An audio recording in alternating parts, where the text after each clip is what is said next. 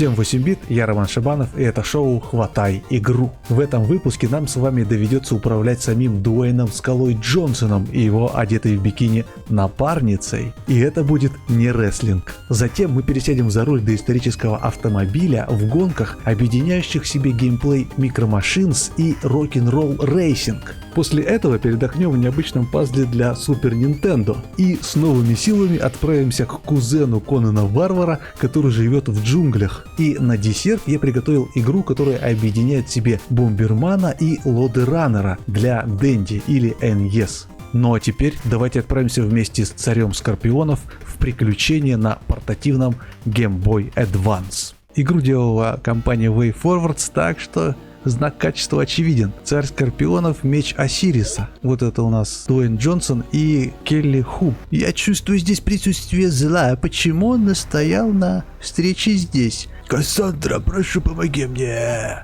Так, что у нас? Бегаем, прыгаем, значит, можно менять оружие. Хопа. Ногой шлепать. По сюжету эта игра не повторяет фильм, она является его прямым продолжением. И выходила она только на Game Boy Advance. Насколько я понял, это такая легкое метроидование. Нужно собирать 6 жемчужин, что ли, каких-то. Это нам сейчас дают поиграть за Кассандра, провидица. Как опасно я прыгаю.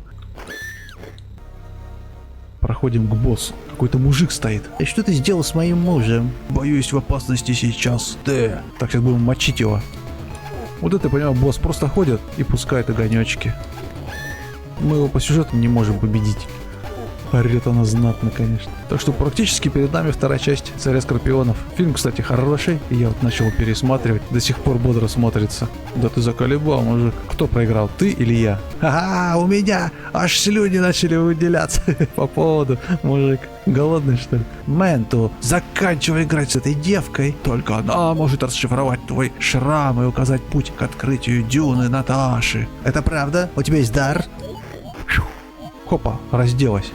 Мое тело — живая загадка. Скоро я буду править всем этим миром. Пойдем, Изис. Короче, все, вляпались мы. Давай, Матхаюс. Я должен найти ее как можно скорее. Можно оружие менять, у него 2 клинка. Оружие, конечно, блин, с полголовы. Основная идея все та же. Бегаем, мочим. Эта игра очень сильно похожа на Java игры от Gameloft. Помните, были там Принц Персии, Assassin's Creed, хотя, конечно, WayForwards это совсем другая контора. Большие спрайты. Почему-то мне вот напомнили именно игры для Явы на мобилках. Мочим этих мумиёс. Хопа. Слушай, дорогой, ну ты, короче, там от стенки отпрыгивай мечом-то своим. Что ты стесняешься-то? Действительно. Ну слушай, дорогой, ну ты это, кнопочку-то нажми, да зацепись, что ты. Нотки Принца Персии присутствуют. Или даже Бэтмена на Денди, который цеплялся за стенки. Вот. Опа, вот так, хопа. Не знаю, короче, игра, как мне кажется, добротная, хоть и по лицензии на фильм. Кажется, я опоздал. Я думаю, ты найдешь прямо под собой предмет, которого так боятся твои враги. Это перчатка героя. Здесь действительно железная перчатка. О, на ней, кажется, не хватает 6 камней. 6 камней, понимаете, к чему они клонят? Эти 6 камней — руны самого Осириса. Ты должен найти все 6 рун. Хопа, ну какой-то. Уж птички запрыгали у него. И тут у нас прилетает перчатка от бесконечности. До того, как ее изобрел Танос.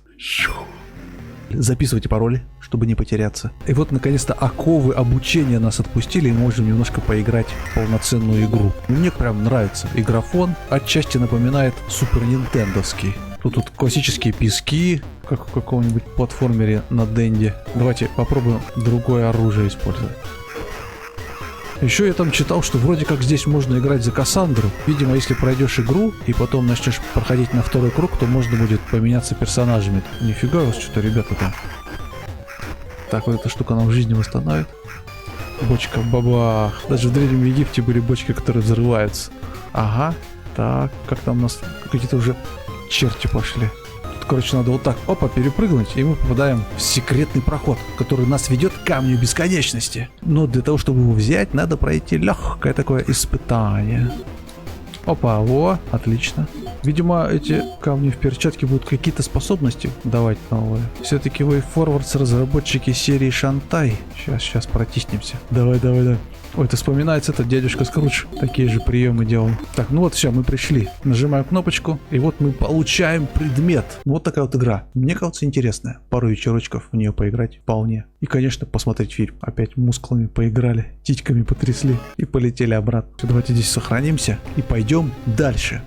Фу, ну вот мы с вами побегали, запыхались, устали. Давайте теперь покатаемся на высокооктановых доисторических тачках. Гонки, в которых есть все. Отличная графика, невероятные погони, ловушки и стрельба по зазевавшимся противникам. Карнаж ралли для Game Boy Advance. Очень они похожи на микромашинки. Только здесь еще можно использовать ракеты и бомбочки. Наверное, такая помесь микромашинок и Rock'n'Roll Racing. Как назовемся? Борисев. Надо аватарку добрать. Это не я, нет, это тоже не я. Вот такой, но это точно не я. Вообще бомжа какого-то нашли. Ну давайте бомжа, чё. Давайте сразу в карьеру ломанемся. Какой-то мужик нам накидывает, что типа давай, участвовать в гонках будем. И я ему говорю, ну давай. Ездишь, выигрываешь, деньги зарабатываешь. Он piece of cake. Расплюнуть. Это, как видите, машинка из Флинстонов даже есть. Это медленная, это средняя, а это самая шустрая. На первых этапах она не самая шустрая, поэтому мы берем среднюю. Давайте сначала пройдем первую гонку, потом у нас появятся деньги, и мы попробуем что-нибудь купить. Вот, я же говорил, микромашинки. Я желтенький еду. Здесь есть ускорение на кнопочку Б. Можно оставлять такие мины на дороге и стрелять ракетами. Ну, как в Rock'n'Roll рейсинге. Вот кто-то мне оставил, вот я вляпался. Призами можно там лечиться. Опа, вот, например, вот этим гаечным ключом, который я удачно пропустил. Главное не забывать про ускорение. Графон вообще прикольный. Трехмерные деревья. Блин. Нифига они тут насрали. Мне нравится этот 3D эффект, как в поздних микромашинках. О, патрончики. Все, приехали. Так, отлично. Теперь можно прокачаться. То есть мы заходим в магазин. И здесь можно, во-первых, движок прокачаем и шины. Ну и починить тачку. И здесь еще можно броню и закупиться оружием. А это можно делать ставку на спорт. В этом круге DJ Star не финиширует. 1 к 5. 100 рублей на это. И поехали дальше. Мне нравится. А ну как бы и физика хорошая. А че, ребята, у нас сейчас уедет парень-то. О, неплохо. На тебе бомбочку. Ха-ха. Накусил, выкусил. И даже при желании можно на двоих поиграть. Ух ты, это кто такой офигевший? На флинстоновской тачке. Ай-яй-яй. О, проскочил.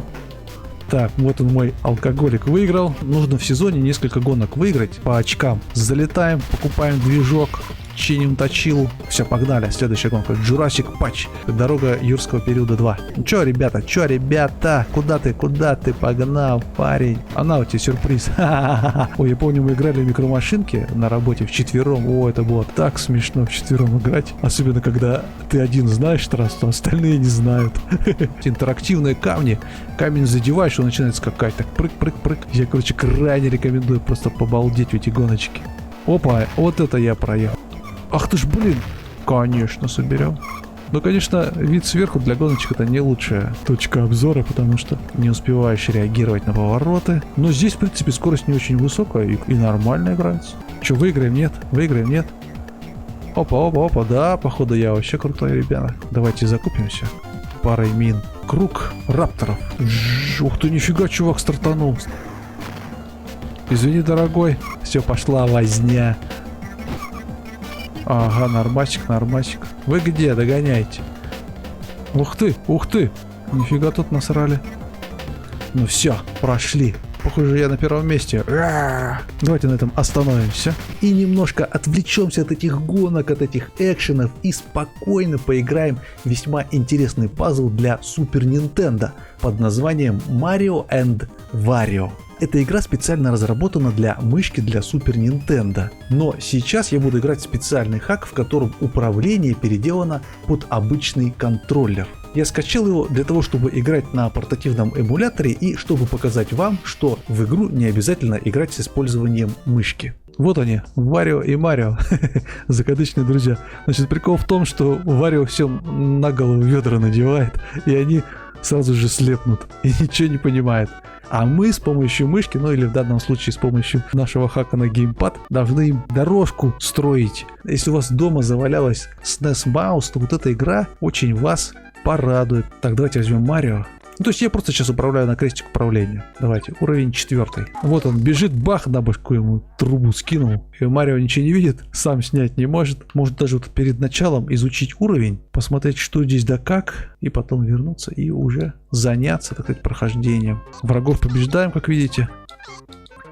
Опа, и строим потихонечку. Вообще-то по механике напоминает игру Марио против Донки Конга на DS-ке. Там надо на тачскрине тыкать. А здесь уже у нас не тачскрин, а полноценная мышка. К сожалению, у меня флеш-картридж для Super Nintendo не работает, поэтому не могу эту игру оценить на самой консоли. И самый прикол в том, что она выходила только в Японии, поэтому я о ней даже никогда и не слышал. Так, что тут у нас? Значит, идем вперед. Лезем. На пружинках, видимо, наверх. Потом вот здесь надо будет пособирать. Ну, погнали. Но самое обидное, что в игре нет паузы. Опа, нифига, это что, прям побирают, прям. На самом деле я бы мог задействовать, наверное, управление мышкой с помощью эмулятора. Проходим потихонечку. Не сказать, что это прям очень сложная игра. Марио, а ты куда? А, нифига себе, вот так еще можно, да? Такой прародитель Марио и Донки Конга. Все, сняли. Но мне понравилось, как бы графика кайфовая. Но, блин, надо играть, конечно, на Super Nintendo в это, чтобы прочувствовать управление на мышку. К сожалению, мой флеш-картридж не работает, очень жаль. А куда ты пошел-то? А, это я его по башке стукнул. Я пробовал на своем амбернике поиграть, у меня там тачскрин, и нормально работало, там прям пальцем по экрану тыкаешь, курсор передвигаешь и кликаешь, так что вполне прикольная идея. Ну что, Марио, куда пошел-то ты? Куда ты пошел? Аболтус с трубой на голове. Все. Ну, короче, чтобы собрать все звезды, видимо, надо более сильно напрячься. Но так как у меня не мышка, то играть тяжеловато. Так, ну ладно, давайте на этом остановимся и вернемся к нашим экшенам. Немножко потренировали мозги. Ну а теперь у нас на очереди, как я уже и говорил, кузен Конана Варвара на Sega Master System. Игра называется Danan The Jungle Fighter, что можно перевести как Данан Банан, воин джунглей. И на примере этой игры хочу сказать, что не перестаю поражаться, насколько Master System хороша в плане графики, хотя это всего лишь 8-битная консоль. Короче, давным-давно нападает какой-то там непонятный пришелец на нас и убивает отчима нашего главного героя, чтобы забрать у него какой-то там кинжал. И наш главный герой, недолго думая, рвет на себе майку и отправляется мстить. Попутно он должен, естественно, спасти все живое. Джимбо, что случилось? Данан, послушай внимательно. Ты должен найти жреца, который живет на востоке. Джимбо, какого жреца? На каком севере? Вот он, наш главный герой. Очень похож на Golden Axe. Значит, что мы умеем делать? Пырать ножом умеем, и на паузу у нас есть 3 животных. Чтобы их использовать, нужно набрать специальные призы. Обезьянка лечит, орел помогает перелетать через яму, а броненосец убивать врагов. Вообще тут есть прокачка, то есть мы идем, поначалу мы слабенькие, нападают всякие летучие мыши, копим уровень. Ну и, соответственно, прокачиваемся потихонечку. Жрец. Молодой воин, куда пойдешь? В землю к амазонкам или сложный путь? Конечно, к амазонкам, чувак. Там, говорит, высоко на горе живет амазонка. У нее там меч дикого кота. Ну ты бы взял его, да и все бы. Че тут стоишь-то? Так, вот они, наши амазонки. Игра на самом деле не очень длинная, здесь 4 уровня всего. Геймплей такой отточенный, я бы сказал. Не то чтобы, конечно, гениальный, есть какое-то очарование в этой игре, тем более Sega Master System. Много ли вы играете в Sega Master System? Так, надо подлечиться, да? Интересная система поднятия наверх. Нужно зайти в дом, побеждаем врага, выходим из дома, и мы оказываемся наверху. Слегка запутанный уровень, я бы так сказал. Ух ты, ребята, поаккуратней. Ну вот хитбоксы, конечно, немножко кривоваты. Но говорят, к концу игры этот наш варвар становится очень мощным. Основная проблема — это вот только начало игры. Так, ну-ка вот я нашел клинок пантеры. Есть даже запас на обезьяну, то есть я могу вылечиться, вызвав обезьяну. Спустимся вниз. Кат-сцена небольшая. На самом деле, для такого простенького платформера здесь очень сильно заморочились сюжетом. Все персонажи говорят много. Ты чё, говорит, пришел на мою священную землю? У меня тут задание найти пророка Ниана. Многие воины пытались. И все провалились. Тебе надо со мной сразиться для начала. Тогда в чем вопрос? Чем-то, кстати говоря, у нее удар молния, если она ее применит, напоминает удар Джокера. О, у меня 9 жизней осталось. Использовал эликсир. Но ты все уже, все победил. Бой окончен, ты победил. Но еще не все. Ты должен найти настоящего чемпиона Наргу. Пока иди дальше. Вот тебе лесенка. Топ-топ-топ. Все, теперь мы отправляемся, по-моему, к гномам или что-то такое. Короче, они базарят очень много. Тут прям ребята реально постарались над сюжетом. По крайней мере, над диалогами. Нужно собрать несколько предметов, чтобы победить главного негодяя. 3 священных объекта. Орб света, амулет света и ножик света. Как только соберешь, всех победишь, и будет тебе удача. Ну, типа, здесь какая-то легкая прокачка, видимо, надо все-таки как-то прокачиваться. Провалился наш герой, какая-то женщина. Как себя чувствуешь, дорогой? Меня зовут Линда. Ты что-то какой-то молчаливый парень. Гилбас мне нужен. А зачем тебе? Наказать его надо. Все это у нас идет 2 уровень. Просто качок. Опа. Хоп, надо с ним поаккуратнее быть, потому что очень шустро прыгает. Это мы эликсир нашли, да? Ну иди сюда. Давайте используем обезьяну, чтобы нам выздороветь. Ну-ка, как это будет выглядеть? Опа, макака такая. На тебе, пластырь. Сохраняемся и идем дальше. Ну вот мы и дошли с вами до Nintendo Entertainment System, более известной у нас под уютным названием Dendy. И подготовил я для нее весьма любопытную японскую игрушку Booby Kids, или хулиганистые ребятишки. Как я уже и говорил, она объединяет в себе механики Бомбермана и Лодранера. Если честно, я не уверен, что она особо редкая, но тем не менее давайте посмотрим. Ну вот у нас заставочка, и сразу замечу, что в эту игру можно играть на двоих, что очень полезно. Так, ну по сюжету мы играем за каких-то 2 ребятишек, которые полетели в Млечный Путь путешествовать и попали в какую-то там непонятную ситуацию. И теперь, чтобы вернуться домой, они должны собрать какие-то там особые вещи и таким образом вернуться обратно на Землю. Собственно, сама игра проходит в нескольких локациях, от доисторического мира до средневековой Японии и будущего. И как раз таки основа геймплея — это вот механика из Бомбермана и Лодранера. Для начала нас знакомят именно с механикой из Лодранера, то есть мы копаем ямки, можем ходить по врагам или их там засыпать. И образуются вот такие вот холмики. Там у нас, как говорится, погребен враг. Также здесь есть такие вот телепорты, которые он будет использовать во время игры. Ну и, собственно, основная задача — это собрать все призы на уровне, после чего наш главный герой начнет мигать, и откроются вот эти вот синие ворота, в которые мы должны зайти и закончить таким образом уровень. Ну, для начала давайте пройдем 1 уровень и посмотрим, что тут у нас вообще в принципе имеется. Вот эти динозаврики, они довольно-таки хитрые по сравнению с вот этими троглодитами. Троглодита можно легко заманить в ямку, а вот динозаврик, он начинает уже крутить хвостом и не хочет помирать. Вот. Бежим теперь наверх и не забываем собирать призы. И вот мы уже почти прошли. Опа. Все, дядя огреб. И вот собираем последние призы, и все, у нас герой засветился, и можем сваливать с этого уровня. Пока, неудачники, я вас всегда ненавидел. Уровень 2, и здесь нас познакомят с механикой бомбовзрывания. Значит, бомбы здесь довольно хитро сделаны. Нужно зайти в секретное место, и там нам как бы нагрузят бомбочек. 9 штук я набрал.